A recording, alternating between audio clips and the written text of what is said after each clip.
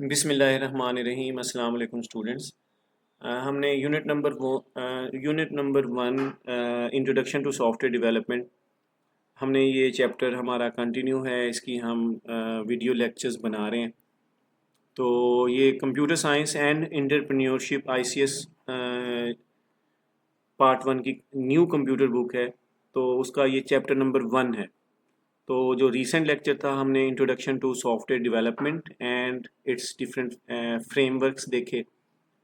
और last lecture में भी हमने डिस्कस किया था कि जो फ्रेमवर्क्स होते हैं वो रेडीमेड्स टेम्पलेट्स होते हैं, बने बनाए डिज़ाइंस होते हैं और प्रैक्टिसेस होती हैं, और आपके पास डिफरेंट टास्क होते हैं जो यूज़ होते हैं, रीयूजेबल सेट ऑफ कंसेप्ट्स होते हैं ये।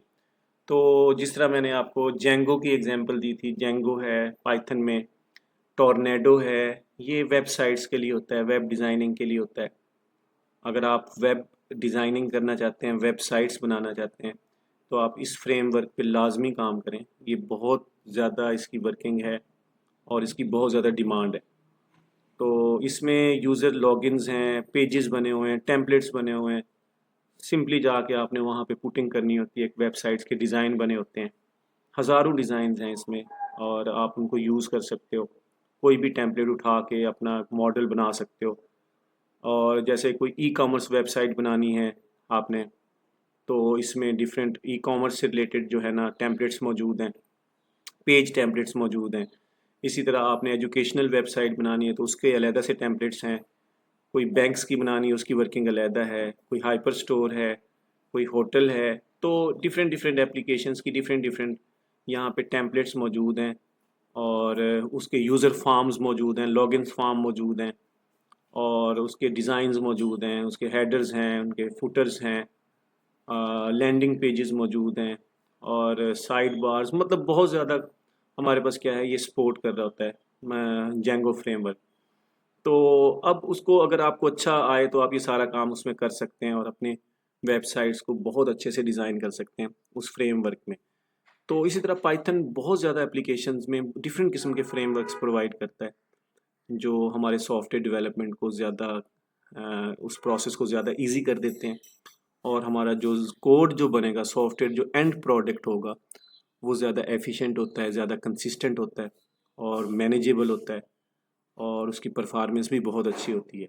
तो इन फ्रेमवर्क्स पे काम शुरू करो, इंस्टेड कि आप स्टार्ट से ही वेब डिज़ाइनिंग करें, एचटीएमएल पे काम करें, नोटपैड पे काम करें, तो वो बहुत ज़्यादा हेक्टिक होता है। और आप इन फ्रेमवर्क्स की मदद से आप अच्छे सॉफ्टवेयर डेवलप कर सकते हैं।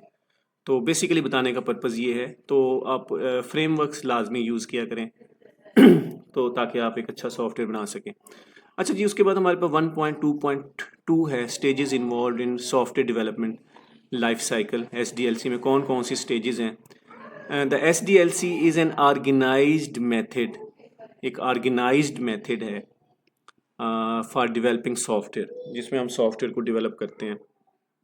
दैट इंश्योर्स, ये इंश्योर करता है, इट मीट्स क्वालिटी स्टैंडर्ड्स, कि आपका सॉफ्टवेयर क्वालिटी स्टैंडर्ड्स के हिसाब से मीट कर रहा है, एंड फंक्शंस प्रॉपरली, और आपका प्रॉपरली वो फंक्शन कर रहा है। मतलब आपका सॉफ्ट एसडीएलसी इंश्योर करता है कि आपका सॉफ्टवेयर अकॉर्डिंग टू स्टैंडर्ड्स है, जो यहाँ पे इन तमाम स्टेजेस में डिफाइंड है, और वो प्रॉपर वर्क कर रहा है, उसकी फंक्शनैलिटी अच्छी है।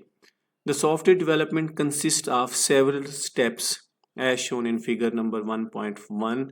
इसमें बहुत ज़्यादा डिफरेंट स्टेप्स होते हैं, और each step has its distinct task and goals. हर टेस्ट के अपने एक डिस्टिंक्ट टास्क हैं, डिफरेंट डिफरेंट टास्क हैं। डिस्टिंक्ट का मतलब होता है डिफरेंट, एंड गोल्स, उसके अपने गोल्स हैं, अपने टूल्स हैं, अपने उसकी वर्किंग है। और 1.2.2.1 रिक्वायरमेंट्स गैदरिंग। अब हमारे पास क्या है, इसमें हम पहला पहला जो टास्क है हम ये देखते हैं। हमारे पास क्या है इन दिस स्टेज, ये डायग्राम थोड़ी सी ऊपर आनी चाहिए थी, रिक्वायरमेंट्स गैदरिंग नीचे आना चाहिए था। ये ओवरऑल आपके पास क्या है, सॉफ्टवेयर डेवलपमेंट लाइफ साइकिल की स्टेजेस हैं, और रिक्वायरमेंट्स वाला जो काम है वो रिक्वायरमेंट्स के अंदर ही है, ये इस हेडिंग के अंदर है। तो ये आपके पास जो स्टेज है, ये पिक्चर जो बनी हुई, इमेज बनी हुई है, इसमें हमारे पास टोटल जो है ना स्टेजेस जो बनी हुई हैं, इसमें आप देखें रिक्वायरमेंट्स हैं, रिक्वायरमेंट की स्टेज है, रिक्वायरमेंट एनालिसिस की, रिक्वायरमेंट्स गैदरिंग की, उसके बाद डिज़ाइन है सॉफ्टवेयर का, उसके बाद कोडिंग है जिसको डेवलपमेंट भी बोलते हैं, उसके बाद उस कोड को टेस्ट किया जाता है, फिर डिप्लॉय किया जाता है, इम्प्लीमेंटेशन है, इंस्टॉलेशन है, और उसके बाद उसकी मेंटेनेंस है। और फिर अब ये देखें ना, ये यहाँ से स्टेप ऐसे आ रहा है, एरो ऐसे आ रहा है, यहाँ पे ऐसे, यहाँ पे ऐसे, यहाँ पे ऐसे, फिर देखिएगा ये यहाँ पे बैकवर्ड भी जा रहा है। इसका क्या मतलब है, ये एक रिपीटिटिव टास्क है कि जब भी एक सॉफ्टवेयर बन जाता है, डिप्लॉय हो जाता है, उस पर लोग रियल वर्ल्ड पे काम करना शुरू कर देते हैं, लोगों का फीडबैक आता है, फिर वो उस हिसाब से उसको नया डिज़ाइन बनवा सकते हैं, उसमें फर्दर चेंजेस करवा सकते हैं, यूज़र की रिक्वायरमेंट्स चेंज होती हैं, वो उसके हिसाब से फिर दोबारा ये स्टेप इसी तरह फॉरवर्ड होता है।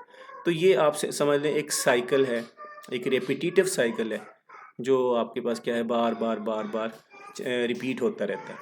अच्छा, इसमें हमारे पास जो पहली पहली स्टेज है जी, वो है requirement gathering. In this initial phase the goal is to understand, इसमें गोल क्या है, to understand and collect what the software needs to achieve, कि हमने सॉफ्टवेयर जो बनाना है उस वो किस लिए है, वो क्या अचीव करेगा।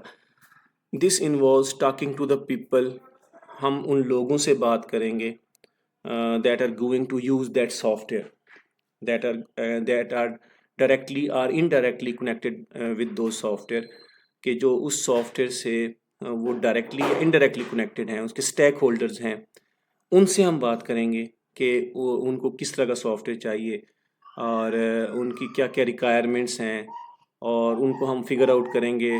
और फिर हमने ना ताकि, क्योंकि ना सॉफ्टवेयर हमने बनाना है, सॉफ्टवेयर हाउस ने नहीं चलाना, वो कंपनी वालों ने नहीं चलाना, जो सॉफ्टवेयर हाउस सॉफ्टवेयर बनाती है वो उन यूज़र्स ने चलाना है, उस ऑर्गेनाइजेशन ने चलाना है, जो ऑर्गेनाइजेशन अपने यूज़र के लिए वो सॉफ्टवेयर बनवाना चाहती है। एक कॉलेज है, वो स्टूडेंट्स का सॉफ्टवेयर है, तो वो स्टूडेंट्स के लिए ही बनवाएगी, और वो स्टूडेंट्स की ही रिक्वायरमेंट्स होंगी, स्टूडेंट्स का ही फीडबैक होगा। तो जब भी सॉफ्टवेयर जो सिस्टम एनालिस्ट होंगे वो किसके पास जाएंगे, वो स्टूडेंट्स के पास जाएंगे, उनसे वो डिफरेंट क्वेश्चंस करेंगे, उनकी रिक्वायरमेंट्स देखेंगे, उसके हिसाब से वो स्टूडेंट्स का सॉफ्टवेयर बनता है। एक टीचर्स का सॉफ्टवेयर बना है तो वो टीचर्स से ही बात की जाएगी, जाके टीचर्स की रिक्वायरमेंट्स देखी जाएगी, और उस हिसाब से ही जो है ना वो सॉफ्टवेयर बनता है। तो इसमें यही है कि this involves talking to the people, उन लोगों से बात की जाती है, who will use the software, जो सॉफ्टवेयर को यूज़ करेंगे in future, as well as other stakeholders. अच्छा, उसके साथ अगर अदर स्टेक होल्डर्स हैं, स्टेक होल्डर हर वो पर्सन होता है जो डायरेक्टली या इनडायरेक्टली उससे उसके साथ कनेक्टेड होता है। और जिस तरह एक कॉलेज का सॉफ्टवेयर है, उसमें स्टेक होल्डर्स, सारे स्टेक होल्डर्स हैं जो उसको डायरेक्टली या इनडायरेक्टली उस ऑर्गेनाइजेशन से कनेक्टेड होते हैं या उस सिस्टम को यूज़ कर रहे होते हैं। To find out their needs and expectations, हमने उनकी नीड्स को फाइंड आउट करना है, और व्हाट दे आर एक्सपेक्टिंग, और वो क्या चाह रहे हैं, हमने उनको फिगर आउट करना है। फिर हम देख लेंगे क्या क्या पॉसिबल है, क्या जो जो उनकी रिक्वायरमेंट्स हैं, नीड्स हैं, हम क्या सबको 100% फुलफिल कर सकते हैं। 100% नहीं हो सकता, इसके कॉन्स्टेंट्स होते हैं जब सॉफ्टवेयर बनाए जाते हैं। तो मोस्टली जो है ना, मोस्टली कंसीडर ये किया जाता है कि उनकी एक्सपेक्टेशंस हैं या उसकी रिक्वायरमेंट्स हैं, हम उनको पूरा कर सकें। अच्छा जी, उसके बाद हमारे पास जो है ये स्टेजेस मैंने आपसे डिस्कस कर ली, ये मैंने स्टेज आपसे डिस्कस किया। अच्छा, उसके बाद हमारे पास की activities in this phase include. अच्छा, इसमें कौन कौन सी की एक्टिविटीज़ हैं, इसमें हमारे पास इंटरव्यूज़ एंड सर्वेज हैं, आस्किंग क्वेश्चंस, जिस तरह हम एक क्वेश्चंस पूछते हैं, and collect feedback from potential users. Potential user का मतलब होता है जो ख़ास जिसके लिए बनाया जा रहा होता है सॉफ्टवेयर। अब बैंक्स वाले हैं, उनके कस्टमर्स हैं, हॉस्पिटल्स में पेशेंट्स हैं, डॉक्टर्स हैं, वो उसके पोटेंशियल यूज़र्स हैं। इसी तरह किसी होटल में चले जाएं, उनके कस्टमर्स हैं बच्चों, वो पोटेंशियल यूज़र्स हैं। इसी तरह हाइपर स्टोर में चले जाएं, वहाँ पे जो है ना उनके कस्टमर्स आते हैं, चीज़ें ख़रीदते हैं, वो उनके पोटेंशियल यूज़र्स हैं। तो उनसे वो जो है ना क्वेश्चंस किए जाते हैं, उनसे फीडबैक लिया जाता है, और उनसे सर्वे कराए जाते हैं। ऑनलाइन सर्वे हो सकता है, फिज़िकल सर्वे हो सकता है, और वो व्हाट्सएप पे सर्वे करवा सकते हैं, वो डिफरेंट एप्लीकेशन के थ्रू सर्वे करवा सकते हैं, टू अंडरस्टैंड देयर नीड्स, ताकि उनकी नीड्स क्या हैं और उनकी प्रेफरेंसेस क्या हैं, वो क्या चाह रहे हैं। मतलब वो जिनको ख्वाहिश रखते हैं, प्रेफर करना चाह रहे हैं वो देखा जाता है। अच्छा, उसके बाद हमारे पास जो है ना ऑब्जर्वेशंस हैं, watching how user interact with the current system, के देखा जाता है कि कैसे यूज़र करंट सिस्टम के साथ कैसे काम कर रहे हैं। तो मतलब ये भी ऑब्जर्वेशन होती है। आप एक कंपनी का सॉफ्टवेयर बनाना चाहते हैं, आप एज अ सिस्टम एनालिस्ट उनके पास जाएंगे और उनसे आपने इंटरव्यू किया, आपने सर्वे कर लिया। अब आप अपनी पर्सनल ऑब्जर्वेशन भी करेंगे। ऑब्जर्वेशन करेंगे, आप देखेंगे कि उनका पुराना सिस्टम कैसे काम कर रहा है, लोग उसमें कैसे यूज़ कर रहे हैं, स्टूडेंट्स कैसे जो है ना फ़ी जमा करवा रहे हैं और कैसे उनके एग्ज़ाम्स हो रहे हैं, या जो अकाउंट्स डिपार्टमेंट में कैसे लोग जो है ना कौन सा सॉफ्टवेयर यूज़ कर रहे हैं, और so on, and to identify problems. और वहाँ पे फिर आप लोग देखेंगे कि क्या प्रॉब्लम्स हैं एंड अपॉर्चुनिटीज़ फॉर इम्प्रूवमेंट, और उसमें क्या क्या इम्प्रूवमेंट हो सकता है। देखो ना, पहली टेक्निक क्या है, इंटरव्यूज़ किया और हमने सर्वे किया आपके पास रिक्वायरमेंट एनालिसिस में, रिक्वायरमेंट्स गैदर में। अच्छा, उसके बाद हम ऑब्जर्वेशंस करेंगे। ऑब्जर्वेशन यही होती है कि जो सिस्टम एनालिस्ट होता है, जो करंट सिस्टम है जिस पे करंटली वो काम कर रहे हैं, उन लोगों को ऑब्ज़र्व करेंगे। वो आपकी ऑब्ज़र्वेशन करते हैं, वो आपके साथ आके बैठेंगे। वो दो तरह से हो सकते हैं, वो ऑफिशियली भी हो सकता है, अनऑफिशियली भी हो सकता है। ऑफिशियली यही होगा कि उनके कार्ड लगा होगा और वो आपके पास आके चेक करेंगे कि आप लेक्चर कैसे दे रहे हैं, अटेंडेंस स्टूडेंट्स की कैसे लगा रहे हैं, और आप अपने मार्क्स कैसे लगाते हैं स्टूडेंट्स के। तो स्टूडेंट्स के हवाले से स्टूडेंट्स अपना पोर्टल कैसे एक्सेस कर रहे हैं, उसमें क्या क्या इश्यूज़ हैं, वो स्टूडेंट्स से उनकी ऑब्जर्वेशन देखेंगे। वो अकाउंट्स डिपार्टमेंट में चले जाएंगे, वहाँ पे देखेंगे क्यूरीज कितनी है, एक लंबी लाइन लगी हुई है अकाउंट्स में, और जो है ना सिस्टम उनका काम ही नहीं कर रहा, तो स्टूडेंट्स बहुत ज़्यादा वेट कर रहे हैं, ये प्रॉब्लम है, वो उसको ऑब्जर्व करेंगे। तो उनकी पर्सनल ऑब्जर्वेशन होती है, उसकी बेस के ऊपर उनको आइडिया हो जाता है कि सिस्टम में क्या क्या प्रॉब्लम्स हैं जो नए सिस्टम में नहीं आने चाहिए, तो वो उनको नोट डाउन करेंगे। इसी तरह हमारे पास डॉक्यूमेंट रिव्यू है, लुकिंग एट एग्जिस्टिंग डॉक्यूमेंट्स, वो करंट डॉक्यूमेंट्स को देखते हैं पुराने सिस्टम के, सच एज, अब पुराने सिस्टम की बात कर रहे हैं ये ऊपर वाली ऑब्जर्वेशन में, और डॉक्यूमेंट रिव्यू में वो पुराने सिस्टम की बात कर रहे हैं, क्योंकि पुराने सिस्टम से ही हमने नया सिस्टम बनाना है। पुराने सिस्टम के प्रॉब्लम्स को देख के ही हमने नया सॉफ्टवेयर बनाना है। अगर प्रॉब्लम्स हमने नहीं आइडेंटिफाई करने तो सॉफ्टवेयर बनाने का कोई फ़ायदा नहीं है। तो हमने ये देखना होता है रिक्वायरमेंट्स गैदरिंग में कि हमारे पास क्या है, पुराना सिस्टम कैसे काम कर रहा है, और लोगों और उसमें क्या क्या प्रॉब्लम्स लोग फेस कर रहे हैं, और उनको हम कैसे इम्प्रूव करेंगे। तो वो डॉक्यूमेंट रिव्यू करते हैं, जो जो उनके ऑफिशियल डॉक्यूमेंट्स होते हैं, सच एज रिपोर्ट्स देखेंगे, एंड यूज़र मैनुअल्स। और यूज़र मैनुअल है to gather additional information about the requirements, कि इनका सिस्टम कैसे कैसे काम कर रहा है, उसको उनकी सारी रिक्वायरमेंट्स का पता लग जाएगा। तो ये हमारे पास क्या है बच्चों, ये हमारे पास क्या है, इसमें कुछ की एक्टिविटीज़ हैं जो इस फेज़ के अंदर हम परफॉर्म करते हैं। इंटरव्यूज़ एंड सर्वेज़ किए जाते हैं लोगों से, उनसे प्रॉब्लम पूछे जाएंगे। पर्सनल ऑब्जर्वेशन की जाएगी कि पुराना सिस्टम जिस पे वो काम कर रहे हैं, जिसको इम्प्रूव करना है, उन्होंने सॉफ्टवेयर अच्छा बनाना है, तो उसमें क्या क्या लोग कैसे काम कर रहे हैं, उनको ऑब्ज़र्व करेंगे, और आप देखेंगे कि क्या क्या प्रॉब्लम्स हो सकते हैं और उनको कैसे हम इम्प्रूव कर सकते हैं। और उनके पुराने डॉक्यूमेंट्स को, रिपोर्ट्स हैं, ब्राउचर्स हैं, मैनुअल्स हैं, उनको देखेंगे, और एडिशनल इन्फॉर्मेशन आपको पता लग जाएगी कि सॉफ्टवेयर कैसे काम कर रहा है। तो ये आपके की पॉइंट्स हैं हमारे पास क्या है इसमें रिक्वायरमेंट्स गैदरिंग में। अच्छा, functional and non functional requirements ये भी देखी जाती हैं। Requirements are generally categorize into two types. Requirements की टू टाइप्स होती हैं, functional and non functional requirements. इसमें फंक्शनल रिक्वायरमेंट्स हैं और नॉन फंक्शनल रिक्वायरमेंट्स हैं। फंक्शनल रिक्वायरमेंट्स क्या होती हैं, इसमें हम फंक्शनल रिक्वायरमेंट्स में हम देखते हैं, functional requirements describe the specific behaviour और फंक्शन ऑफ अ सिस्टम, कि what a system can perform, कि सिस्टम क्या परफॉर्म कर सकता है, what will be the system perform, कि सिस्टम क्या परफॉर्म करेगा। ठीक है ना, कि इसमें जो सिस्टम आप बनाएंगे वो क्या परफॉर्म करेगा। इसको याद रखिएगा, इसमें हम व्हाट को कंसीडर करते हैं, what the system will perform, कि क्या परफॉर्म करेगा, what the user will do, इस तरह हम देखते हैं। लेकिन जो नॉन फंक्शनल होते हैं उसमें हाउ को हम देखते हैं, how the system will perform, कि सिस्टम कैसे परफॉर्म करेगा, क्या परफॉर्म करेगा, कैसे परफॉर्म करेगा, सिस्टम क्या परफॉर्म करेगा, वो आपका फंक्शनल रिक्वायरमेंट है। हाउ कैसे परफॉर्म करेगा, that is a non functional requirements. ठीक है, इसको जरा देख लेते हैं।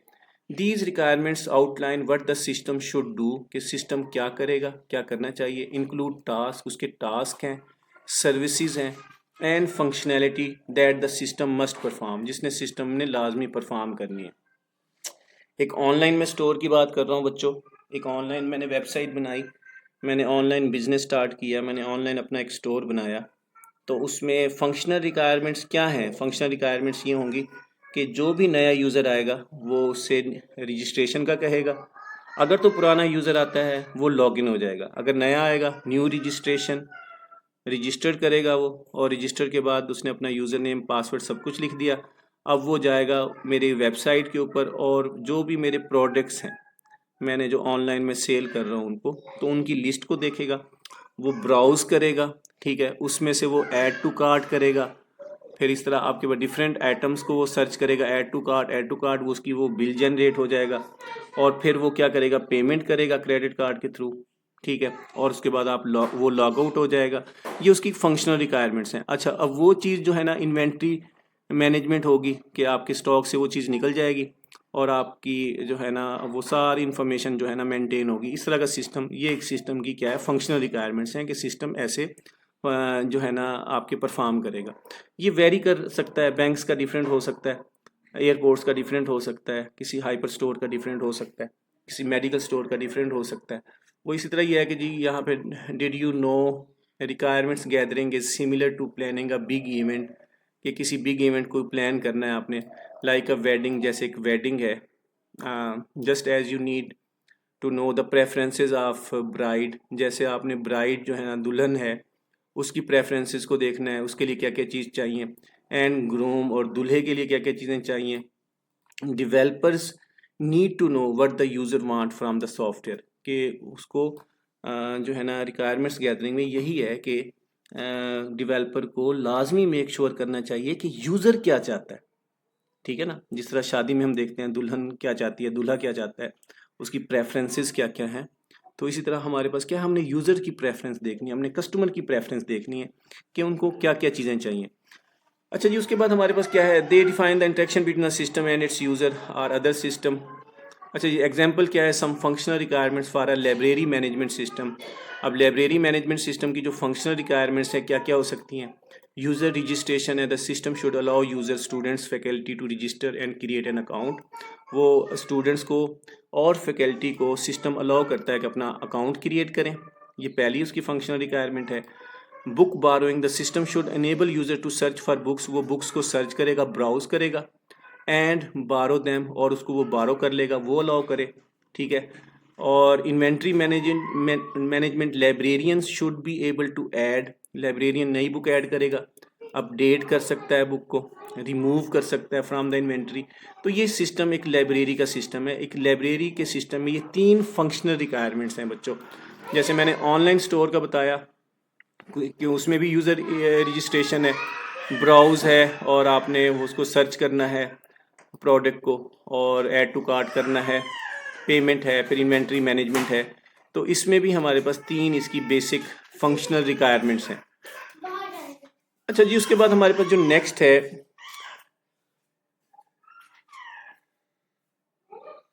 नेक्स्ट हमारे पास है non functional requirements. Non functional requirements क्या क्या हैं।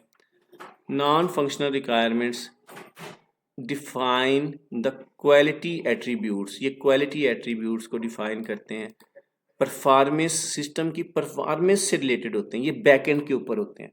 फ्रंट एंड के ऊपर तो यूज़र को ये नज़र आ रहा है ना कि मैंने लॉगिन करना है और अपना अकाउंट क्रिएट करना है, चीज़ों को सर्च करना है और ऐड टू कार्ट करना है। फिर मैं जैसे ही ऐड टू कार्ट करूँगा मेरे पास बिल जनरेट होगा, मैं पेमेंट करूँगा। लेकिन बच्चों बैकएंड के ऊपर कैसे काम हो रहा है, how these all activities will be performed by the system, वो उसकी नॉन फंक्शनल रिक्वायरमेंट्स हैं। बैकएंड के ऊपर कैसे वो डेटाबेस में स्टोर हो रहा है, ठीक है, वो आपके पास क्या है, नॉन फंक्शनल रिक्वायरमेंट्स, उसकी परफॉर्मेंस है जिस तरह वो कह रहे जी these requirement specify how the system performs function, कि कैसे फंक्शन को कैसे परफॉर्म होगा, rather than what the system should do, कि कैसे सिस्टम काम कर रहा है, उसकी निस्बत ये होगा कि कैसे काम करेगा ये देखा जाता है। इसमें कैसे देखा जाता है, how. Some non functional requirements for a library management system are, performance है जी इसकी, the system should handle up to 1000 simultaneous users without performance degradation, कि जी एक टाइम में आपके पास 1000 यूजर्स सिमल्टेनियसली यानी सेम टाइम के ऊपर उस लाइब्रेरी सिस्टम के सॉफ्टवेयर को यूज़ कर सकेंगे, मतलब इसकी परफॉर्मेंस ये होती है, तो इसको देखा जाएगा। Reliability, the system should be available 99.9% of the time, कि आपके पास 24 घंटे आपके पास सिस्टम आपका वो अवेलेबल हो।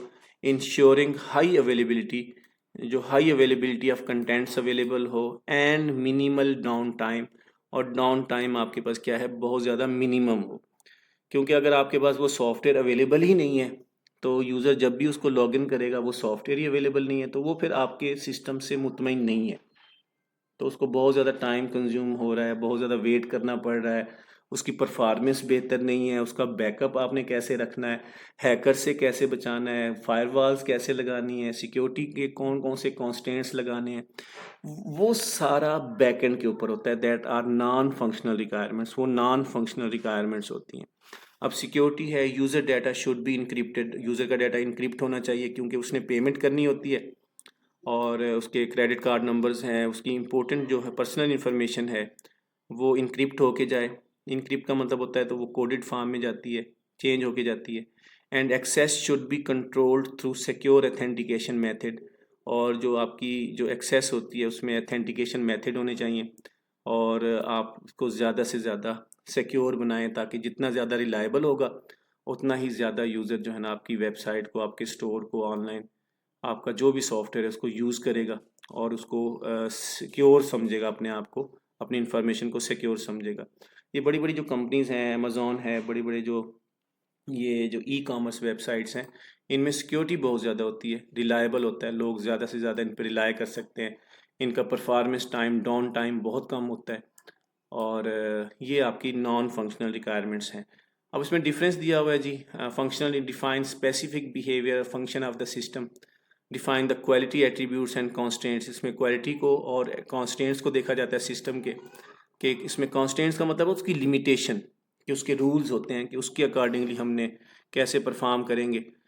यानी जैसे मैं कहता हूँ जी स्टूडेंट अकाउंट आएगा, एक यूज़र अपना अकाउंट क्रिएट करेगा, यहाँ पे देखा जाए कैसे क्रिएट करेगा, क्या हमने यूज़ करना है, कैसे यूज़ करेगा, what the system should do, how the system should perform, इसमें व्हाट देखा जाता है, इसमें हाउ देखा जाता है। Directly related to user interaction and system task, इसमें ये यूज़र से रिलेटेड होता है, फंक्शनल रिक्वायरमेंट्स, और सिस्टम टास्क से रिलेटेड होती है। रिलेटेड टू सिस्टम परफॉर्मेंस, ये सिस्टम की परफॉर्मेंस से रिलेटेड होता है, नॉन फंक्शनल रिक्वायरमेंट्स। और यूजिबिलिटी के हवाले से होता है कि यूज़ कितना हो रहा है। एंड रिलायबिलिटी, और रिलायबिलिटी के हवाले से इसका फोकस ज़्यादा होता है। तो स्टूडेंट्स होपफुली कि आपको ये अंडरस्टैंड हो गया होगा कि फंक्शनल और नॉन फंक्शनल रिक्वायरमेंट्स गैदरिंग में क्या चीज़ है, और रिक्वायरमेंट्स गैदरिंग क्यों किया जाता है, क्योंकि हमने यूज़र की प्रेफरेंस देखनी होती है, क्योंकि यूज़र ने ही सॉफ्टवेयर को यूज़ करना है। जो डेवलपर, जो सिस्टम एनालिस्ट होते हैं, तो वो यूज़र से, जो स्टेक होल्डर्स हैं, जो डायरेक्टली या इनडायरेक्टली उस सॉफ्टवेयर को यूज़ करने वाले हैं इन फ्यूचर, उनसे वो आते हैं, उनसे मिलते हैं, उनसे इंटरव्यू करते हैं, उनके क्वेश्चनियर्स करते हैं, उनसे सर्वे करते हैं, ऑब्जर्वेशन करते हैं, रिटन डॉक्यूमेंट्स देखते हैं पुराने सिस्टम के, तो उसको उनको आइडिया हो जाता है। फिर वो फंक्शनल रिक्वायरमेंट्स देखेंगे कि सिस्टम क्या परफॉर्म करेगा, यूज़र क्या परफॉर्म करेगा, और कैसे वो वर्क करेगा इस सिस्टम के साथ। और नॉन फंक्शनल रिक्वायरमेंट्स में देखेंगे कि वो सिस्टम कैसे डिलीवर करेगा ये सारी चीज़ें, कैसे सिक्योरिटी हम करेंगे, कैसे हम परफॉर्मेंस को इंक्रीज़ करेंगे, कैसे हम डाउन टाइम को जो है ना कम से कम करेंगे, और सिक्योरिटी को, रिलायबिलिटी को हमने ज़्यादा करना है, डाटा को इनक्रिप्ट कैसे करना है, कितनी हमें स्टोरेज चाहिए, और ये सारी चीज़ें जो है ना हमारी नॉन फंक्शनल रिक्वायरमेंट्स में होती हैं। तो ये हमने SDLC की पहली स्टेज आज डिस्कस की है, दैट इज़ रिक्वायरमेंट्स गैदरिंग। अपने कमेंट्स लाजमी दीजिएगा स्टूडेंट्स, अपना ख्याल रखिएगा। Thank you very much.